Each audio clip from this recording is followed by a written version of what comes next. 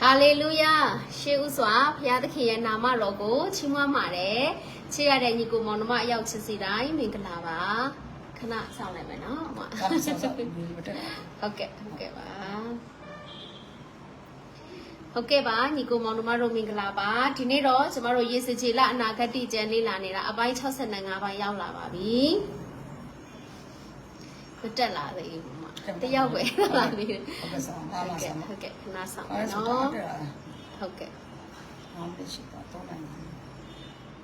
OK， ทอนหน่วยยี่มิงกลาบา OK อมูมิงกลาบาทอนเนสเซนทริโตมิงกลาบา OK สมานอมยูมีเคมิงกลาบา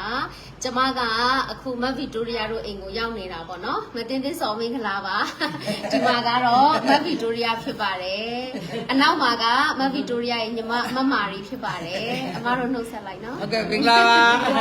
အတင်းတင်းဆိုရင်အားလုံးက3နိုင်တိုက်ကလူတွေအားလုံးချစ်တယ်နော်အားလုံးကိုတတိရတယ်အားလုံးကိုလည်းမြဲတွေ့ချင်တယ်သီလားဟုတ်ကဲ့ဆရာမလည်းအခုကျမတို့တွေ့ခွင့်ရသွားပြီဟုတ်ကဲ့အားလုံးကမဗီတိုရီယာဆိုနာမည်ရင်းနှီးနေပြီလေနော်ဒါပေမဲ့တော့ရင်းနှီးတယ်လူတော့တစ်ချက်တွေ့ချင်မှတွေ့ပါလေဟုတ်ကဲ့ဆရာမချိုရင်းလည်းတက်လာဟုတ်ကဲ့ဆရာမချိုပင်မင်္ဂလာပါဟုတ်ကဲ့မင်္ဂလာပါဟုတ်ကဲ့မွန်လေးတက်လာအော်အမနော်မမူအေးဟုတ်ကဲ့ပါအမရေမွန်လေးလဲပါဝင်လာပြီမမဂရက်တို့ဟုတ်ကဲ့ဥစုလင်းရေရန်ကုန်မှာပါโอเคအမရရတော့ဦးနိုင်ဝင်းစိုးတို့ပန်းနိုင်တို့ဟုတ်ကဲ့အန်တီမူလဲပါဝင်လာပြီเนาะတော်တန်လိုက်တော့မင်္ဂလာပါโอเคဆရာနွန်ပြီးရေမင်္ဂလာပါဆရာရေအားလုံးမင်္ဂလာပါစုနေတယ်ဟုတ်ကဲ့ကျမလည်း3နိုင်တိုင်းပါဒီနေ့ဆရာမရောက်နေလို့ကျမလစ်နေတာဟုတ်ကဲ့အဲ့တော့အမကတော့အကောင့်နဲ့မဟုတ်ဖ ೇನೆ ဒီနေ့ကတော့ဘေးမှာပဲနားထောင်ပါလေနော်ဆရာမတို့နော်ဆရာမတို့ဟုတ်ကဲ့ပါကျေးဇူးတင်တယ်နော်အမတော့ဟုတ်ကဲ့ပါဒီနေ့တော့ကျမတဲတဲ့ဟိုတယ်နဲ့မဗီတိုရီယာနဲ့နီးတယ်လေနော်ဆိုတော့ကျမတို့ဒီကျမအမျိုးသားရဲ့ညီမင်္ဂလာဆောင်ကိစ္စတွေဆွေမျိုးရဲ့ဝေယဝိစာတွေပြီးတော့မဗီတိုရီယာတို့လာတွေ့လိုက်တာပေါ့နော်။ဘာလို့ဆိုတော့မနှက်ဖြန်ဆိုရင်ကျမကရန်ကင်းကိုပြောင်းတော့မယ်လေ။ဒီဘက်အပိုင်းကိစ္စပြီးပြီဆိုတော့ရန်ကင်းကိုပြောင်းမှာဖြစ်ပါတယ်။အဲ့ဒါဆိုရင်တော့တွေးဖို့မလွယ်ဘူးလေနော်။အမတို့ကကြတော့လေကျမတို့18ရက်နေ့တွေ့တဲ့အချိန်မလာနိုင်ဘူးပေါ့နော်။မလာနိုင်ဘူး။ကားတွေအကြာကြီးမစီးနိုင်လို့လေနော်အမကကြတော့ဒါနဲ့လာပြီးတော့မှတွေ့တာဖြစ်ပါတယ်လို့ဟုတ်ကဲ့ပါကျေးဇူးတင်ပါတယ်အားလုံးပဲဖျားသခင်ကောင်းချီးပေးပါစေဟုတ်ကဲ့အမချိုရေ48နှစ်ပြည့်မွေးနေ့လား Happy birthday နော်အမရေဖျားသခင်ကောင်းချီးပေးပါစေဟုတ်ကဲ့ပါဒါဆိုရင်တော့ကျမတို့ live မှာရှိတဲ့ညီကိုမောင်နှမတွေမချိုကိုနှုတ်ဆက်ပေးရအောင်နော် live အစအကလေးကပါဝင်နေတော့အမလည်းဖြစ်ပါတယ်တစ္ဆာရှိနဲ့နှုတ်ဘတ်တော်ကိုခံယူတော်သူဖြစ်ပါတယ်ဖျားသခင်ကောင်းချီးပေးပါစေ48နှစ်ပြည့်တာနော်ကျမတို့တွေဆုတောင်းပေးပါမယ်အမက18နှစ်နေကြရင်20ရက်နေလာတွေ့မှာဖြစ်ပါတယ်တဲ့ဟုတ်ကဲ့ဆ iam ရဲ့သားလားမွေးနေ့ရှင်2ယောက်တောင်နော်ဇူလိုင်ဝင်း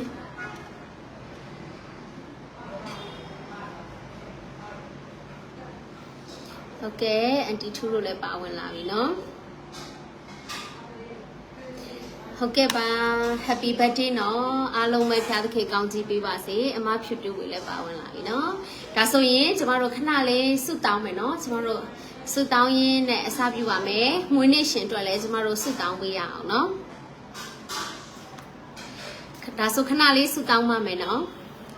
ဖျားသခင်ခြာဝရဖျားကိုရောကိုကျေးဇူးတင်ပါတယ်ဒီနေ့မှလည်းသားသမီးတို့ရဲ့အသက်ရှင်တော်ဖျားသခင်ကိုရောရဲ့နှုတ်ကပတ်တော်များကိုစင်ကြင်ခွင့်ရမှာဖြစ်လို့ယေရှုတင်ပါတယ်ကိုရောဒီအိမ်ဒီနေရာယေရှုနာမ၌ကောင်းချီးပေးပါတယ်နဗီတိုရီယာတို့အိမ်ကနေနှုတ်ကပတ်တော်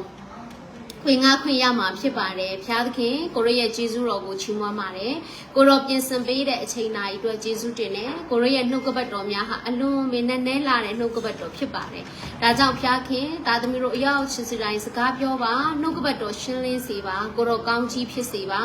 ဒီနေ့မှလည်းမွေးနေ့ရှင် live မှာ2ယောက်ရှိပါတယ်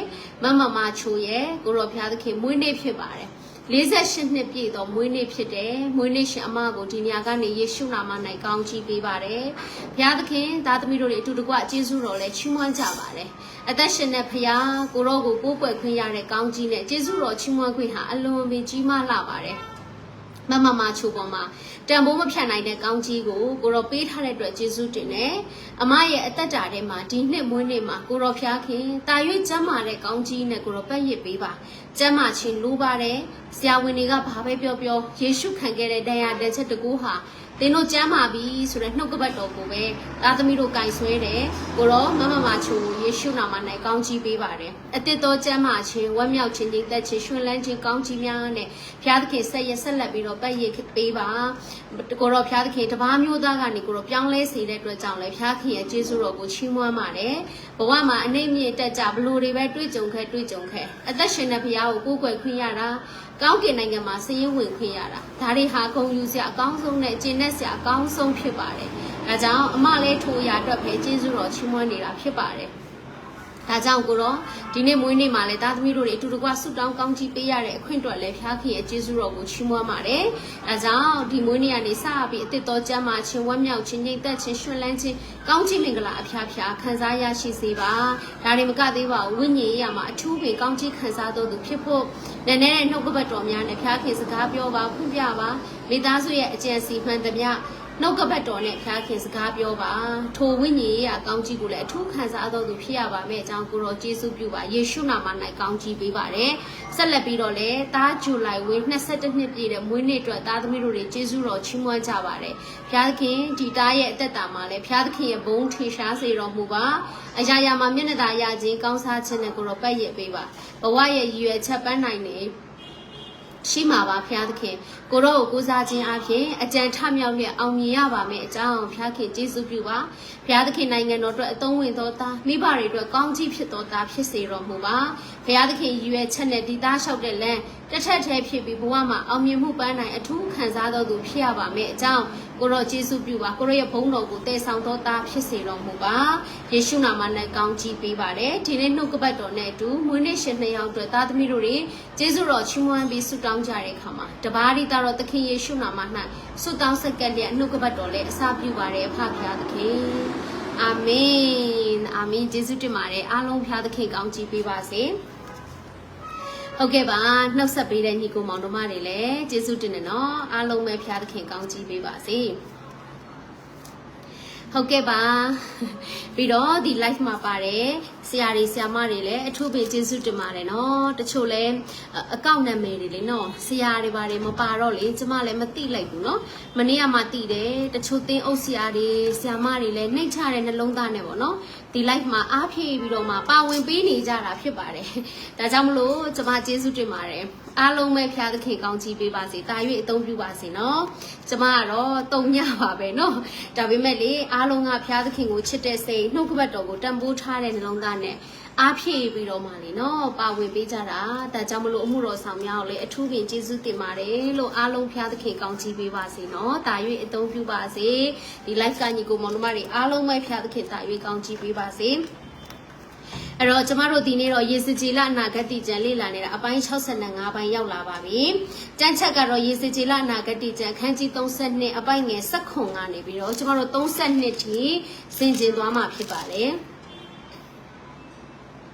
Ezekiel chapter 32 verse 17 to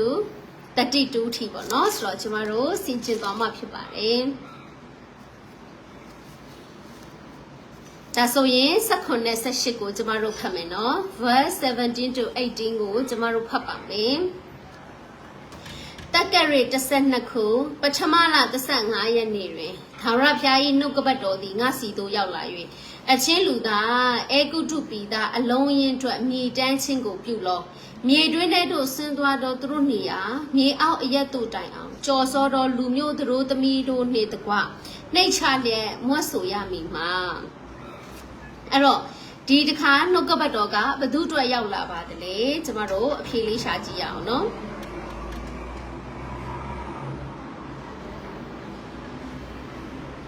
ဟုတ်ကဲ့ပါဘသူတွေအတွက်နှုတ်ကပတ်တော်ဖြစ်မလဲပြီးတော့ဘာနဲ့ခိုင်းနိုင်ထားပါတယ်လေကျမတို့အဖြေရှာကြည့်ရအောင်နော်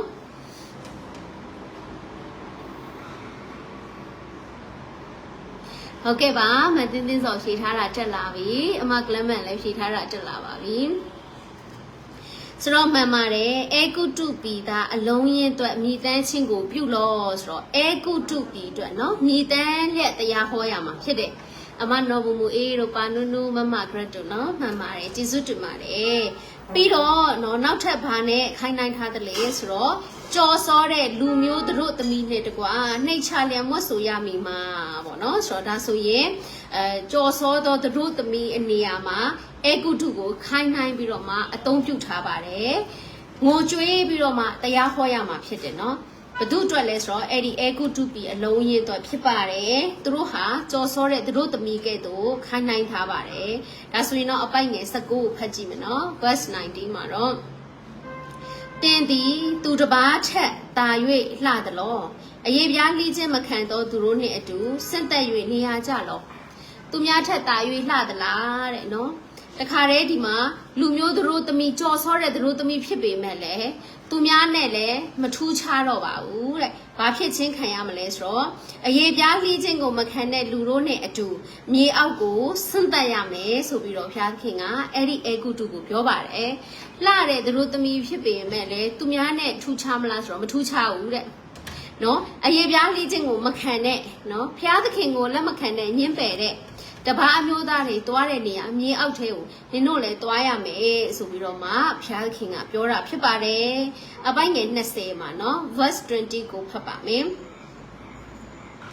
ဓာဘေး၌အတ္တိဖြစ်၍ဓာဖြင့်တည်သောသူတို့နှင့်အတူလဲ၍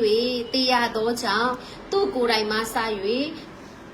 သူဤလူအလုံးရင်းရှိသမျှတို့ကိုဆွဲကြလောဒါဆိုရင်သူကိုယ်တိုင်နဲ့သူဤအလုံးရင်းကိုဆွဲချကြပါမြေအောက်ကိုဆွဲချဖို့ပြောတာဖြစ်တယ်ဒါဆိုရင်အေကုတုနဲ့သူ့ရဲ့အပေါင်းပါသူ့ရဲ့အလုံးရင်းတွေလည်းမြေအောက်ကိုဆွဲချခြင်းခံရမှာဖြစ်တယ်အပိုင်းငယ်21မှာနော် verse 21မှာခွန်အားအကြီးဆုံးသူရဲတို့သည်မရဏနိုင်ငံတဲကသူနှင့်သူ၏အချံရံတို့ကိုနှုတ်ဆက်ကြလိမ့်မည်သူတို့သည်လည်းဆင်းသွားကြပြီဓာတ်နဲ့တည်၍အရေးပြားလှီးခြင်းမခံသောအဖြစ်၌လဲလျက်နေကြ၏အဲ့တော့ဒီကျမ်းစာတခန်းလုံးထဲမှာเนาะကျမတို့ဒီ20နဲ့21အတိုင်းကိုပဲအကြိမ်ကြိမ်ပေါ့เนาะအကြိမ်ကြိမ်သုံးထားပါတယ်အဲ့ဒါတော့အရေးပြားလှီးခြင်းမခံတဲ့เนาะအဖြစ်မှာအရေးပြားလှီးခြင်းမခံတော့သူတို့ကဲတို့เนาะလဲပြီးတော့မှနေရလိမ့်မယ်ပြီးရင်မရဏနိုင်ငံတင်းချိုင်းထဲမှာဟလာနှိမ့်ချခြင်းခံရမယ်ဆိုတဲ့စကားတွေကိုပဲအထက်ပြန်ပြီးတော့မှသုံးထားပါတယ်အဲ့တော့အပိုက်ငယ်21ကိုကျမတို့ကြည့်တဲ့အခါမှာမရဏထဲမှာเนาะနှောက်ဆက်နေကြတယ်လို့ပြောပါတယ်ဒါဆိုရင်သူတယောက်တည်းဟုတ်ပါမလားเนาะဒါဆိုရင်အေကုတုတနိုင်ငံနဲ့ပဲအဲ့ဒီမရဏတဲကိုရောက်တယ်ဘုရားသခင်ရဲ့တရားစီရင်ခြင်းခံရတာအေကုတုတနိုင်ငံနဲ့ပဲဟုတ်ပါမလားကျမတို့ဒါကိုပြန်ပြီးတော့မှအဖြေရှာဖို့ရန်အတွက်ဖြစ်ပါတယ်မရဏနိုင်ငံတဲကတဲ့သူနှစ်သူဤအချံရံတို့ကိုနှုတ်ဆက်ကြလိမ့်မည်နော်ဆိုတော့နှုတ်ဆက်တဲ့ဆိုကြရတော့ကျမတို့တယောက်တည်းမဟုတ်ဘူးပေါ့နော်ဆိုတော့မရဏနိုင်ငံမှာတော့ဒီလိုမျိုးတာယာနေတာတော့မဟုတ်ပါဘူးဒါပေမဲ့ဒါတရားဟောခိုင်းတာလေနော်သူတို့ကိုပြောခိုင်းတဲ့စကားဖြစ်တဲ့အတွက်ကြောင့်ဒီလိုဖြစ်လာမယ်ဆိုတာကိုကြိုတင်ပြီးပြောချင်းဖြစ်ပါတယ်ဒါကြောင့်ကျမတို့ပြန်ကြည့်တဲ့အခါမှာတယောက်တည်းတော့မဟုတ်တော့ဘူးเนาะအချံရံတို့နှုတ်ဆက်ကြလိမ့်မယ်ဆိုပြီးတော့ပြောတဲ့အတွက်ကြောင့်မလို့အေကုတုတနိုင်ငံပဲမဟုတ်ဘဲနဲ့ဖျားသခင်ရဲ့တရားစီရင်ခြင်းခံရတဲ့အခြားသောနိုင်ငံတွေပဲနိုင်ငံတွေပဲလင်းအဲ့ဒီမြေအောက်ထဲကိုเนาะနှိမ့်ချခြင်းခံရတယ်ဆိုတဲ့ဟာကိုပေါ်ပြထားခြင်းဖြစ်ပါတယ်လို့ဟုတ်ကဲ့ပါဒါဆိုရင်စကားတွေကတော့အထက်ဒီလိုပဲ22ကနေစပြီးတော့မှเนาะကျမတို့စလိုက်မှာ30အထိเนาะ30အထိပေါ့เนาะ22ကနေ30အထိကဒီစကားတွေပဲဒီအကြောင်းအရာတွေပဲသုံးထားတယ်ဒါပေမဲ့ကျမတို့ဘယ်နိုင်ငံတွေပါလဲဆိုတာအခုညီကိုမောင်တို့မတွေမိမိရှိတဲ့နေရာမှာဖတ်ပြီးတော့မှကျမတို့အဖြေထုတ်မယ်เนาะ verse 22ကိုဖတ်ကြည့်ပါမယ်အပိုင်းငယ်22မှာထိုရက်၌အာရှုရိနှင့်သူ၏လူအလုံးရင်အပေါင်းလဲရှိကြ၏သူတို့သည်ဓာဖြင့်တည်၍လဲနေလျက်ပတ်လည်၌အရရက်တို့၌သူတို့တင်းချိုင်းများရှိကြ၏ဒီစကလုံးတွေကိုပဲသုံးထားမှာဖြစ်ပါတယ်ဆိုတော့အများကြီးမဖတ်တော့ဘူးညီကိုမောင်တို့မတွေရှိတဲ့နေရာနေဖတ်ပြီးတော့အခုတော့ဘယ်နိုင်ငံတွေပါမလဲဆိုတာကိုကျမကိုဖြေပေးပါနော်အဲ့မှာဓာဖြင့်လဲတည်တယ် ပတ်လက်အရရမှာတင်းချိုင်းနေရှိနေတယ်အဲ့ဒီမှာအေကုတုပဲမဟုတ်ဘူးဘယ်နိုင်ငံနေပါတယ်လဲနော်22မှာကြည့်မယ်24မှာကြည့်မယ်ကျမတို့နော်ဘာဆိုဒီစကလုံးတွေပဲအထက်ထက်ဖြစ်တဲ့အတွက်ကြောင့်ကျမမဖတ်တော့ဘူးကျမတို့နိုင်ငံလေးတွေပဲအဖြေရှာရအောင်သူတို့အဲ့ဒီနိုင်ငံတွေဟာတဲ့အသက်ရှင်တဲ့သူတို့ရဲ့နေရာ၌သူတစ်ပါးကြောက်စီတတ်တော်သူဖြစ်တယ်အသက်ရှင်တဲ့လူတွေထဲမှာဆိုရင်တော့နော်ဟာအင်ပါယာကြီးမားလုံးနဲ့အရန်အစွမ်းစားရှိတဲ့ရှင်ဘီရင်ကြီးတွေပဲနော်ကြောက်စရာကောင်းပါတယ်အသက်ရှင်တဲ့လူနေရာထဲမှာဒါပေမဲ့ဖျားခင်တရားစီရင်လိုက်တဲ့အခါမှာတော့ဘာမှမဟုတ်တော့တဲ့လူကဲသို့ပဲအဲ့ဒီမြေကြီးအောက်ထဲကိုရောက်နေတယ်မရဏမှာတရားစီရင်ခြင်းခံရတယ်ဆိုတဲ့အချက်တွေတွေ့ရပါတယ်ဒီမြေကြီးမှာလည်းသူတို့ဟာဓာဘေးနဲ့တရားစီရင်ခြင်းခံရတယ်ပြီးသွားတော့လေမရဏထိနှိမ့်ချခြင်းခံရတယ်ဆိုတဲ့အကြောင်းတွေဖော်ပြထားတာဖြစ်ပါတယ်။ဟုတ်ကဲ့ပါညီကိုမောင်နှမတွေဖြေထားတာမှန်ပါတယ်။နော်ကျမတို့ပထမတနိုင်ငံကတော့အာရှုရီပေါ့နော်အာရှုရီဖြစ်တယ်။နောက်နံပါတ်2ကတော့အေလန်ဖြစ်ပါတယ်။နံပါတ်3ကတော့26မှာရှာကြည့်ပါဦးညီကိုမောင်နှမတို့အစတော့အကုန်ဖတ်မလို့ဒါပေမဲ့ကျမတို့ဒီအကြောင်းလေးတွေပဲပေါ့နော်ထည့်ပြီးတော့မှရေးထားတာဖြစ်ပါတယ်မြေကြီးတဲ့ကိုနှိမ့်ချခြင်းခံရတယ်ဓာဘေးနဲ့ဆုံးမမယ်သူတို့ရဲ့တင်းချိုင်းနေရှိတယ်ပြီးတော့မရဏထိနှိမ့်ချခြင်းခံရတယ်ဆိုတဲ့အကြောင်းတွေပဲရေးထားတာဖြစ်ပါတယ်ဟုတ်ကဲ့ပါညီမလေးသိမ့်တင်စာလေးလည်းပါဝင်တယ်နော်ဟုတ်ကဲ့အဲ့တော့ကျမတို့အာရှုရိရှိမယ်အေလန်ရှိမယ်နံပါတ်2ပေါ့နော်နံပါတ်3ကတော့မေရှက်ရှိမယ်နံပါတ်4ကဘာဖြစ်မလဲဟုတ်ကဲ့အာရှုရီတို့အေလန်တို့ဖြေထားကြပြီနော်မှန်ပါတယ်မေရှက်လည်းဖြေနေကြပြီဟုတ်ကဲ့ပါဟုတ်ကဲ့နောက်တစ်ခုကတော့ဖြေထားကြပြီနော်တချို့ဖြေထားတာပါလာပြီမေရှက်ဟုတ်ပါတယ်မချိုစပင်းလည်းပါတယ်နော်မချိုစပင်းနဲ့တော့မင်္ဂလာဆောင်မှာလည်းတွေ့လိုက်တယ်ဟုတ်ကဲ့ပါမေရှက်ပြီးသွားတော့ကျမတို့တုပလဖြစ်ပါတယ်เนาะနံပါတ်4ကတော့တုပလဖြစ်ပါတယ်နောက်နံပါတ်5ကတော့အပိုက်ငယ်29မှာညီကိုမောင်နှမတို့เนาะ29မှာကြည့်ရအောင်เนาะ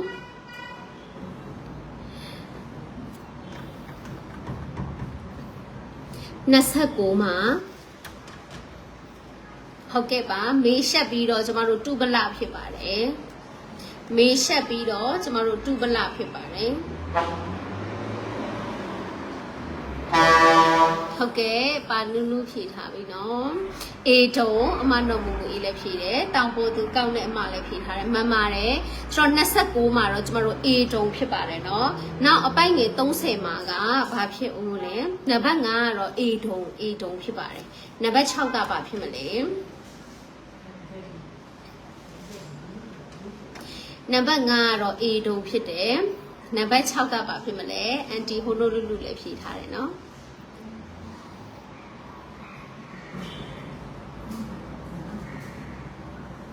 နံပါတ်6ကဘာဖြစ်မလဲ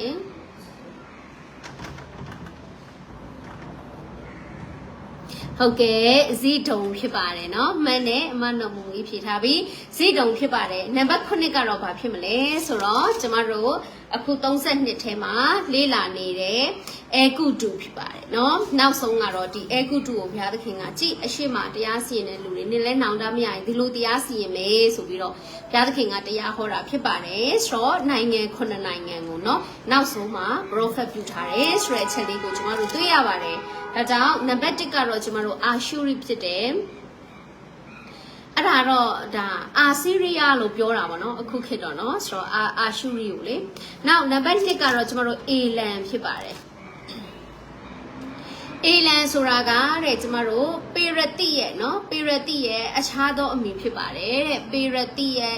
မြောက်ပိုင်းပေါ့နော်အီရန်ရဲ့ဒါမြောက်ပိုင်းဘက်မှာဖြစ်ပါတယ်တဲ့အေလန်နော်အေလန်ဆိုတာ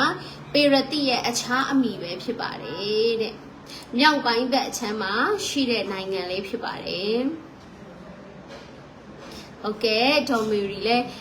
တူတူချာလေးဖြေပေးထားတယ်ကျေးဇူးတင်ပါတယ်။အဲ့တော့အေလန်ဆိုတာပေရတိရဲ့အခြားအမည်ပဲဖြစ်ပါတယ်နော်။ပေရတိရဲ့အခြားအမည်ဖြစ်တယ်။ပေရတိရဲ့မြောက်ပိုင်းမှာရှိတာဖြစ်ပါတယ်တဲ့အေလန်ဆိုတာကနော်။နောက်မေရှက်နဲ့တူပလနော်မေရှက်နဲ့တူပလဒီနှစ်နိုင်ငံကတော့ဒါတူရကီထဲမှာဖြစ်ပါတယ်။ မေရှက်နဲ့ဒူပလာကတော့တူရကီဖြစ်ပါတယ်နောက်အေဒုံကတော့အေတော့အမျိုးတွေဖြစ်တယ်နော်ကျမတို့အားလုံးသိတယ်အေဒုံကတော့နောက်ဇီဒုံကတော့လက်ဘနွန်နိုင်ငံထဲမှာဖြစ်ပါတယ်တဲ့လက်ဘနွန်နိုင်ငံထဲမှာဖြစ်ပါတယ်ဇီဒုံဆိုတာလက်ဘနွန်နိုင်ငံထဲမှာဖြစ်ပါတယ်ပြီးတော့အေကူတူကတော့အီဂျစ်ပေါ့နော်ဆိုတော့ဒီ9နိုင်ငံเนาะဒီ9နိုင်ငံကိုဘုရားသခင်ရဲ့တရားစီရင်ခြင်းဖြစ်ပါတယ်ဓာဘေးနဲ့ဆုံးမခြင်းခံရမယ်လူမျိုးတို့မှာတော့သူတို့ဟာကြီးကျယ်တဲ့လူသူများကိုကြောက်စေတော့လူတွေဖြစ်ပါတယ်အာနာတွေလည်းရှိခဲ့မယ်เนาะသူတို့ရဲ့လူတွေကိုကြောက်စေခဲ့တဲ့သူတွေဖြစ်တယ်ဒါပေမဲ့ဘုရားခင်သူတို့ကိုဓာဘေးနဲ့တရားစီရင်တယ်ပြီးတော့အမြေတိုင်အောင်ဘုရားခင်သူတို့ကိုနှိပ်ချတယ်မရနိုင်ငံတွေကိုသူတို့ဟာဆင်းသွားတယ်ဆိုတဲ့အချက်တွေဘုရားခင်တရားစီရင်တဲ့အခါမှာသူတို့တွေနော်ဘယ်သူမှမခံမရနိုင်ဘူးဆိုတာကိုတွေ့ရပါတယ်အဲ့ဒါကြောင့်အပိုက်ငယ်30ကိုဖတ်မယ်ဒီလိုစကားလုံးကိုပဲအထက်ထက်သုံးတာဖြစ်တယ်နော် verse 13မှာတော့ထိုရက်၌မြောက်ပြီးမင်းဇီးတုံမင်းအပေါင်းတို့သည်ရှိကြ၏ကိုတကိုးကိုရှက်လျက်ထိတ်လန့်လျက်တေသောသူတို့နှင့်အတူဆင်းသွားကြပြီဓာဖြင့်တေသောသူတို့နှင့်အတူအယေပြားလေးချင်းကိုမခံသောလူဖြစ်၍အိတ်ကြ၏မြေတွင်းထဲသို့ဆင်းသွားသောသူတို့နှင့်အတူအဆက်ကွဲလျက်နေကြ၏တဲ့ဒါကြောင့်မြေကြီးပေါ်မှာတော့နော်အာနာတွေရှိတယ်လူများတွေကိုကြောက်စေတယ်စီးစိမ်တွေအပြည့်အဝနဲ့နော်နေခဲ့ပေမဲ့လည်းဘုရားခင်တရားစီရင်တဲ့အခါမှာတော့အဲ့ဒီမြေတွင်းထဲမှာမရဏနိုင်ငံထဲမှာရှက်ကြောက်နေကြရတယ်တဲ့ပြီးတော့လည်းမြေကြီးမှာလည်းဘုရားခင်ဆုံးမတဲ့အခါမှာဓာဘေးနဲ့တရားစီရင်ခြင်းကိုခံရတဲ့သူတွေဖြစ်ပါတယ်တဲ့အပိုက်ငယ်31ကိုဖတ်မယ်နော် verse 31မှာတော့ဖာရောဘုရင်သည်ထိုလူများတို့ကိုမြင်၍ဓာဖြင့်သေသောမိမိလူအလုံးရင်းရှိသမျှတို့ကြောင့်ပူပန်သောစိတ်ရော့၍ဖာရောဘုရင်နှင့်မိမိဘိုးချေအပေါင်းတို့သည်တတ်တာကြလိမ့်မည်ဟုအရှင်ထာဝရဘုရားမိန့်တော်မူ၏ဒါကြောင့်နော်ဒါတွေကိုမြင်တဲ့အခါမှာအေဂုတုကနောင်တရတယ်ဆိုရင်တော့သူတို့လည်းတတ်တာရအကြောင်းရှိမှာပေါ့နော်ဒါပေမဲ့အဲ့လိုမဟုတ်ဘဲနဲ့မာနတွေပဲတက်နေတဲ့အခါမှာသူ့ကိုယ်သူချင်းသိကြီးဖြစ်တယ်နော်တခါတည်းမိချောင်းကြီးဖြစ်တယ်ဆိုပြီးကြီးကျယ်နေတော့ချင်းသိဆိုရင်လည်းပိုက်ကွန်နဲ့ဘုရားသခင်ဖမ်းမယ်မိချောင်းဖြစ်တယ်ဆိုလို့ရှိရင်လည်းဘုရားသခင်ကနော်တခါတည်းကွင်းပြင်မှာဟလာလဲပြင်မှာဘုရားသခင်ချထားလိုက်လို့ရှိရင်လွင်ပြင်မှာဘုရားသခင်ချထိုင် तू ကဘာတက်နိုင်အောင်မလဲနော်ဘုရားခင်တရားစီရင်လိုက်တဲ့ခါမှာဘာကြီးပဲဖြစ်နေဘုရားသခင်ရှင်းမှာတော့ဘာမှမဟုတ်တယ်လို့ဖြစ်သွားတာပဲဒါကြောင့်နောင်တရဖို့လိုပါတယ်တဲ့အပိုက်ငယ်32ဖတ်မယ်နော် verse 32ကိုကျမတို့ဖတ်ပါမယ်အသက်ရှင်သောသူတို့၏နေရာ၌သူသည်သူတစ်ပါးကိုကြောက်စေသောအခွင့်ကိုငါပေးတော်လဲကြည့်နော်သူတစ်ပါးကကြောက်စေတဲ့အခွင့်တော့ဘုရားသခင်ပေးလို့ရတာတဲ့ဒါဆိုရင်ရှင်ဘုရင်နေဖြစ်တယ်မင်းနေဖြစ်တယ်ဘုရားသခင်ပေးလို့ရတာအာနာဘုရားသခင်ပေးလို့ရတာစီးစိမ်ဥစ္စာပိုင်ဆိုင်တဲ့အစွမ်းတတိဘုရားသခင်ပေးမှရတာဖြစ်ပါတယ်နော်ဒါကြောင့်နဲ့ငါသည်သူတစ်ပါးကြောက်စေတဲ့အခွင့်ကိုပေးတော်လဲတဲ့ဖာရောဘုရင်နှင့်သူ၏အလုံးရင်းရှိသမျှတို့သည်တဲ့ဓာဖြင့်တည်သောသူတို့နှင့်သူအယေပြားလေးချင်းမခံသောသူတို့အလယ်၌လဲ၍နေကြလိမ့်မည်ဒါပေမဲ့လည်းဖျားခေတရားစီရင်တဲ့အခါမှာတော့သူတို့တွေဟာလဲပြီးတော့မှနေရမယ်။အိုးမြေကြီးထဲမှာနှိမ့်ချခြင်းခံပြီးမရဏနိုင်ငံမှာအဆက်ကွဲခြင်းကိုခံရလိမ့်မယ်ဆိုပြီးတော့ဘုရားသခင်က prophet ယေစဂျေလနဲ့နော် prophet ပြတာဖြစ်ပါတယ်။အေဂုတုနဲ့အတူဒီနိုင်ငံ9နိုင်ငံကိုနော်ဘုရားသခင်ကတရားစီရင်တဲ့ဒါကြောင့်အေဂုတုလည်းနောင်တမရရင်ဒီလိုပဲတရားစီရင်ခံရမယ်ဆိုတဲ့အချက်ကိုဘုရားသခင်ကဟောခိုင်းတာဖြစ်ပါတယ်။ဒါကြောင့်ကျမဒီအရာလေးကိုကျမဆင်ခြင်တဲ့အခါမှာဘုရားသခင်အရှိမအရေးကြီးဆုံးကပါလဲဆိုတော့နှိမ်ချတဲ့နှလုံးသားရှိဖို့ပါပဲလား။နော်ကျမတို့ဒီဘာဘူးလုံရှင်မနေဘုခနေစာလဲပဲဘုရားသခင်ရှိမှသူမာနတက်မိတဲ့အခါမှာနွားကဲ့သူမြတ်စားတဲ့9နှစ်ရှိပါတယ်ဒါမဲ့ဘုရားသခင်ကိုတစ်ချက်လေးသတိရလိုက်တဲ့အခါမှာအဆုံးမှသူကဲတင်ချင်းရသွားတယ်နော်ဒါကြောင့်ကိုကနော်ဘလို့အာနာရှိဘလို့ယာတူးပဲရှိတကိုးကြည့်တဲ့ဘုရားသခင်လက်တော်အောင်မှာနှိမ့်ချတတ်တယ်ဆိုရင်တော့ဘဝတတာချင်းမြောက်ခြင်းပဲဒါမဲ့ဘုရားသခင်နှုတ်ကပတ်တော်ရောက်လာပေမဲ့လည်းအဆုံးတိုင်အောင်မာနဆက်ကြီးနေတဲ့ပုံမှာသူတို့ဟာတရားစီရင်ခြင်းခံရတာနေဘုခနေစာကြတော့မာနတော့ကြီးမိပါတယ်ဒါမဲ့ဘုရားသခင်ရှိတယ်လေဆိုတာလေးတစ်ချက်ကလေးသူသတိရတဲ့အခါမှာသူကကဲတင်ချင်းအောင်မှရသွားတယ်နော်ပြန်လဲချမ်းမာရတဲ့အခွင့်ကိုရတယ်ဆိုတာကိုတွေ့ရပါတယ်ဒါကြောင့်လောကမှာလူတွေက ဖယားသခင်အရှိမလုံးဝလူကမနှိမ့်ချခြင်းဘူးနော်ဆိုတော့ငွေရှာနိုင်တဲ့လူစီးစိမ်ရှိတဲ့လူကလည်းဟာငါတို့တော်တယ်ငါတို့ရှာနိုင်တယ်ပညာတတ်တဲ့လူကလည်းဟာနော်ငါတို့ကတော့ပညာရှိတယ်တချို့ကြတော့လည်းပညာမရှိသေးတဲ့လူပတ်စံမရှိသေးတဲ့လူကလည်းပတ်စံနောက်လိုက်ပညာနောက်လိုက်ပြီးဖယားသခင်ကိုဘေးဖယ်တယ်ရှိပြန်တော့ကြတော့လေတခါရှိသွားလို့ဖယားသခင်ကဘေးရောက်ကြရပြန်တယ်နော်ဘေးရောက်စေတယ်ပေါ့ဒါကြောင့်ကျမတို့ရဲ့အသက်တာမှာအရေးကြီးဆုံးကနှိမ့်ချဖို့ပါလားဒါကြောင့်လောကမှာလေလူတွေတော်တော်များများနော်မိမိသားလေးကိုးခွေရဖြစ်နေတာကိုကဖယားနေရာမှာနေတာကိုကပဲစူးစမ်းချင်တာကိုကပဲလှုပ်ချင်တာဟာငါတို့စူးစမ်းရင်ဖယားတော်ဖြစ်တယ်ဆိုပြီးတော့မာနတွေတက်ပြီးကြည်စမ်းအဲ့ဒီစကလုံးကလေတေးချပြန်စဉ်းစားကြည့်နော်ညီကောင်မတို့စူးစမ်းရင်ဖယားဖြစ်တယ်ဆိုတာဖယားသခင်နေရာကိုလူချင်တာပဲဒါကြောင့်နက်နက်သားမိုးတောက်ကျဲနော်လူစီဖာကငါဆိုရဲမာနတက်ပြီးအမြင့်ဆုံးသောပလင်ပေါ်မှာငါထိုင်မယ်တဲ့အမြင့်ဆုံးသောဖယားကဲ့သို့ငါနေမယ်လို့အကြံစီရှိလိုက်တာဟုတ်မြေတွင်းထဲကိုနှိမ့်ချရတယ်လို့ပြောတယ်အဲ့တော့တိုင်းနိုင်ငံတွေရဲ့ရှင်ဘရင်တွေကိုကြည့်လိုက်တဲ့အခါမှာလေအာဏာရှိတယ်စီးစိမ်ရှိတယ်သူတို့ပြောရင်ပြောတဲ့အတိုင်းဖြစ်တယ်သူတို့နော်အမိတ်တစ်ချက်ပေးလိုက်တာနဲ့ဘာလို့ချင်လဲရတယ်ဘာဖြစ်ချင်လဲအကုန်လုံးဖြစ်တဲ့အခါမှာဘုရားသခင်ကဲ့သို့ဖြစ်လာတော့နော်ဟာဒါငါနိုင်ငံမှလားဟာငါဖန်ဆင်းထားတဲ့နိုင်ငံမှလားဘုရားသခင်နေရာကိုလိုချင်တယ်ဟာဝါကြွားကြတယ်ဘုရားသခင်ကိုလည်းမကြောက်တော့ဘူးအာနာအမြင့်ဆုံးဆိုတော့ဘုရားရှိမှနှိမ့်ချမှာဘုရားကိုဘုန်းပေးရမှာမပေးချင်တော့ဘူးလူကတိတ်ပြီးတော့မှကြောက်စရာကောင်းတယ်နော်အဲ့ဒီအခါမှာဘာဖြစ်လဲဆိုတော့နှိမ့်ချခြင်းခံစားရတယ်ဆိုတဲ့အရာတွေကိုကျမတို့မြင်တွေ့ရတယ်နော်ဒါကြောင့်တိုင်းနိုင်ငံရှင်ပြည်နေပင်လင်းတိတ်ပြီးတော့မာနကြီးပြီးတော့ဘုရားသခင်နဲ့ပြိုင်လာရင်ဘုရားသခင်ရှေ့မှာနှိမ့်ချမှုမရှိရင်တော့အဆုံးသက်ကတော့မလာတော့ဘူးဘုရားသခင်တရားစီရင်ပလိုက်တယ်ဆိုတဲ့အရာတွေကျမတို့တမကျမ်းစာထဲမှာတွေ့ရပါတယ်ဒါကြောင့်နော်မိမိတီတာကိုကိုွယ်ရတို့နော်ကိုသားလေးဟလာကိုကြိုးစားမှပဲကိုရမယ်တို့ဖယားသခင်ဘေးပြောင်းနေတဲ့အသက်တာကဒါကတော့လောကအတန်ထဲမှာကျမတို့ကြားနေရတဲ့အရာတွေဖြစ်လောကသားတွေကထိုကဲ့သို့စကားတွေပြောတာဖြစ်တယ်ဒါပေမဲ့ကျမတို့ဖယားသားသမီးတွေကအရာရာဟာကျေးဇူးတော်ကြောင့်ဖြစ်တယ်ဆိုတာကိုကျမတို့သိဖို့လိုတယ်တကုတ်ကြည့်တဲ့ဖယားသခင်လက်တော်အောက်မှာနှိမ့်ချဖို့လိုပါတယ်အဲ့တော့ဒီရှင်ဘရင်တွေနိုင်ငံ9နိုင်ငံရှင်ဘရင်တွေနော်အသက်ရှင်တဲ့လူတွေစီမှာတော့သူတို့ဟာကြောက်စရာကောင်းတဲ့လူတွေဖြစ်နေပေမဲ့မရဏနိုင်ငံထဲရောက်တော့ဘာမှမဟုတ်တော့ပါလားတဲ့ဒီမှာတော့အချင်းချင်းနှုတ်ဆက်တယ်လို့ပြောပါတယ်မရဏနိုင်ငံထဲမှာတော့အတာရနေတာတော့မဟုတ်ပါဘူး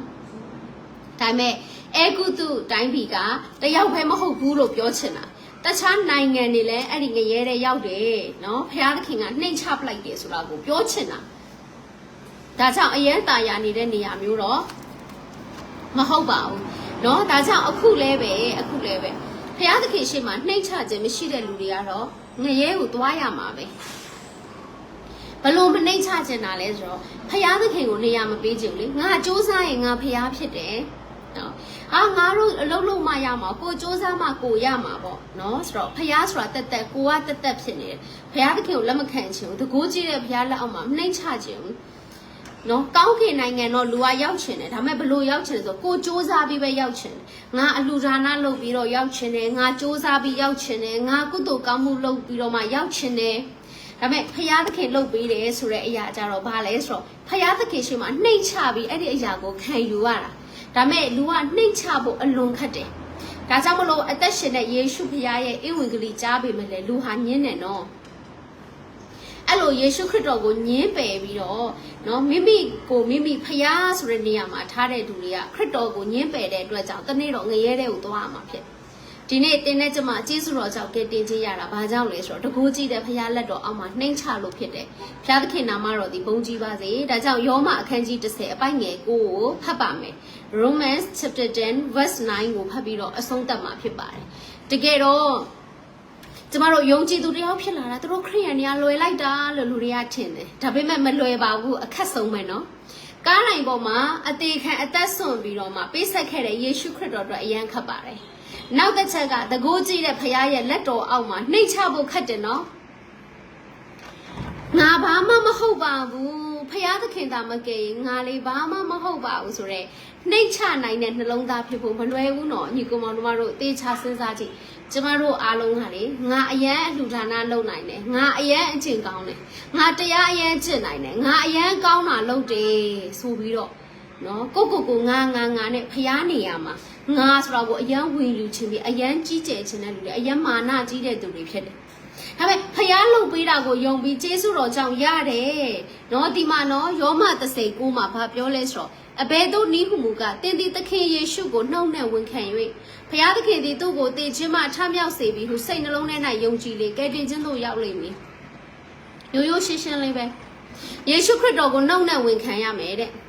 ပြီးရင်ဖျားသခင်ကသူ့ကိုတည်ခြင်းမှထမြောက်စေတယ်ဆိုတာကိုစိတ်နှလုံးထဲမှာယုံကြည်ကယ်တင်ခြင်းရမယ်အဲ့တော့စိတ်နှလုံးသားထဲမှာနှိမ့်ချပြီငါမကောင်းပါဘူးဟုတ်ပါတယ်ငါအပြစ်သားပါဒါပေမဲ့လေငါမကောင်းပေမဲ့ငါ့ကိုချစ်ပြီးအသက်ဆုံးကယ်တင်တဲ့ဖခင်ဆိုတာရှိတယ်ဒါကြောင့်ငါယုံပါတယ်ငါမကောင်းပါဘူးเนาะယေရှုဖခင်လှုပ်ပေးလို့ဒါလေဆိုတော့နှိမ့်ချတဲ့နှလုံးသားလေးရှိပြီးနှလုံးသားထဲကနေယုံပြီးနှုတ်နဲ့ဝန်ခံလိုက်တဲ့အချိန်မှာကယ်တင်ခြင်းရသွားတယ်တဲ့ဒါပေမဲ့လေလူတွေကလေအဲ့လိုနှိမ့်ချတဲ့နှလုံးသားရှိဖို့ဖခင်လှုပ်ပေးတဲ့ငါဘာမှမဟုတ်ပါဘူးလေဆိုတာကိုလက်မခံနိုင်ဘူးဒီနေ့မာနကြီးတာဒါကြောင့်ယေရှုကိုယုံတယ်ဆိုတာလေလွယ်တာမဟုတ်ဘူးနော်နှိမ့်ချတဲ့နှလုံးသားရှိလို့တကိုးကြီးတဲ့ဖခင်ရဲ့လက်တော်အောက်မှာနှိမ့်ချတက်လို့ကဲတင်ခြင်းရနေတာဒီနေ့ဖခင်သခင်နာမတော်ဒီဘုန်းကြီးပါစေဒါကြောင့်လေအပြစ်များတဲ့နေရာမှာကျေးဇူးတော်တာရွေ့ကြွယ်ဝတယ်နော်တဲ့ကျေးဇူးတော်တာရွေ့ခံစားရတယ်နော်တဲ့အဲ့ဒီလိုပြောတာတမန်တော်ရှင်ဘောလူကလေအဲ့လိုပြောလို့အခုအပြစ်တွေအများကြီးလုပ်နေရမှာအဲ့ဒါမျိုးကိုပြောတာမဟုတ်ဘူးပေါ့နော်ဘာလို့လဲဆိုတော့ကျမတို့ကလေအပြစ်တွေလုပ်ခဲ့မိတဲ့သူတွေဖြစ်တယ်ဖျားသခင်ရှိမှာနော်အပြစ်တွေလုပ်ခဲ့မိတဲ့အခါကျတော့အော်ငါတို့ဟာမကောင်းပါဘူးငါတို့ဟာနော်ဘာမှမဟုတ်တဲ့လူတွေပါလားငါတို့ဝိညာဉ်ထွက်ရင်တော့ငရဲသွားမှာပါလားဒါပေမဲ့လေငါမကောင်းပေမဲ့ဖျားသခင်ကယ်ပါလားဆိုပြီးတော့နော်နှိတ်ချခွင့်ရသွားတယ်ဖျားသခင်ရှိမှာဒါကြောင့်အပြစ်တွေများခဲ့တဲ့အရာတွေမစုံလင်ခဲ့တဲ့အရာတွေဒါတွေလည်းကျေးဇူးတော်တာ၍ကြွယ်ဝစွာခံစားရတာပဲနော်ယောမအခန်းကြီး9အပိုက်ငယ်20မှာပါပါတယ်နော် Romans chapter 5 verse 20မှာပါပါတယ်ထိုမှတပါ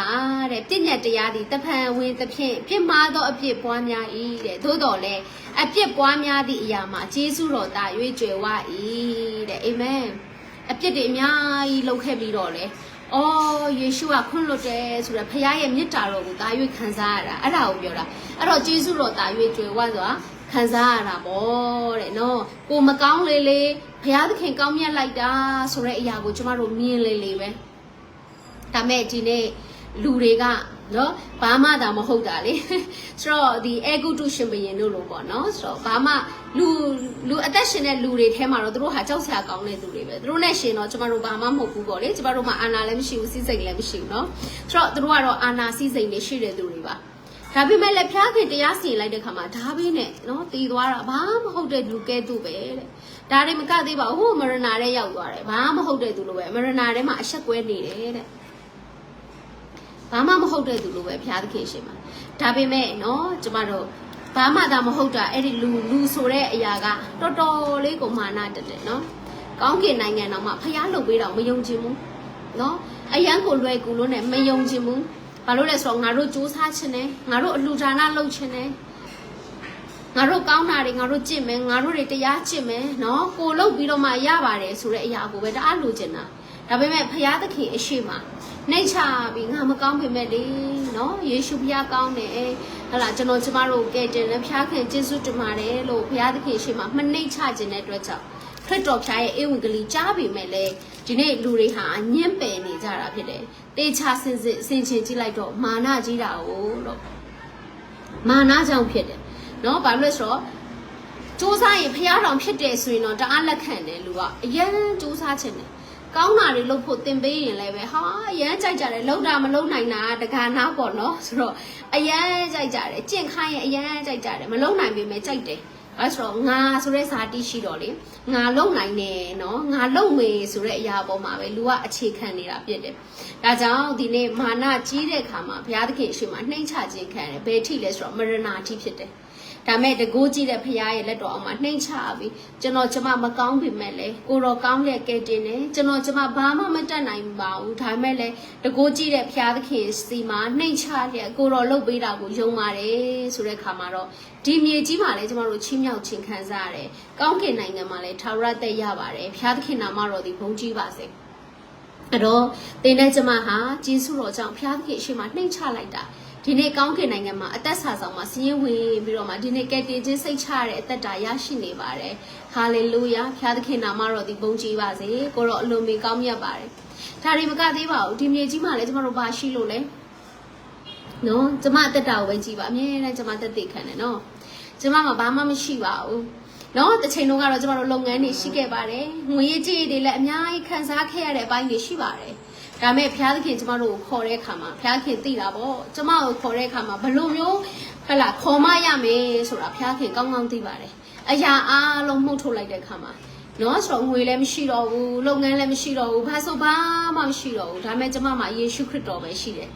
ဒါနဲ့ကိုတော့ပဲကျမကိုးစားတယ်နော်ကိုတော့အနောက်ကိုပဲသစ္စာရှိလိုက်တယ်အဲ့တော့ယေရှုခရစ်တော်ဖျားဟာကျမတို့ရွှေလဲဟုတ်တယ်ငွေလဲဟုတ်တယ်ကျမတို့အရင်ကြီးလဲဟုတ်တယ်လို့သမျှကိုခရစ်တော်ဖျားကပဲထောက်ပံ့နေတာဖြစ်ဖျားခင်နာမတော်ဒီကပ္ပဆက်ဆက်ပုံကြည့်ပါစေဘာရှိလို့လဲယေရှုခရစ်တော်ပဲရှိတာကိုတော့ဒါမရရင်ဒီမြေကြီးမှာအသုံးမတက်မဲ့သူပဲဒါပေမဲ့ကိုတော့ကိုရတော့ဒီမြေကြီးမှာလည်းကောင်းကြီးခံစားရတယ်ထာဝရတက်လည်းရတယ်နော်တကယ်တော့လေဟိုဖျားသခင်အရန်ကိုအသုံးပြုနေတဲ့အမှုတော်ဆောင်နေနဲ့တွေ့တိုင်းမှာလေဟဲငါဘာမှမဟုတ်ဘူးပဲနော်ဒါပေမဲ့ကြည်စမ်းဒီလိုအမှုတော်ဆောင်နေနဲ့ဟလာမိတ္တဟာရဖွဲခွင့်ရတယ်ခင်မင်ခွင့်ရတယ်တချို့ဆိုတော့အမှုတော်ဆောင်ကြီးတဲ့အရန်နှိတ်ချတာနော်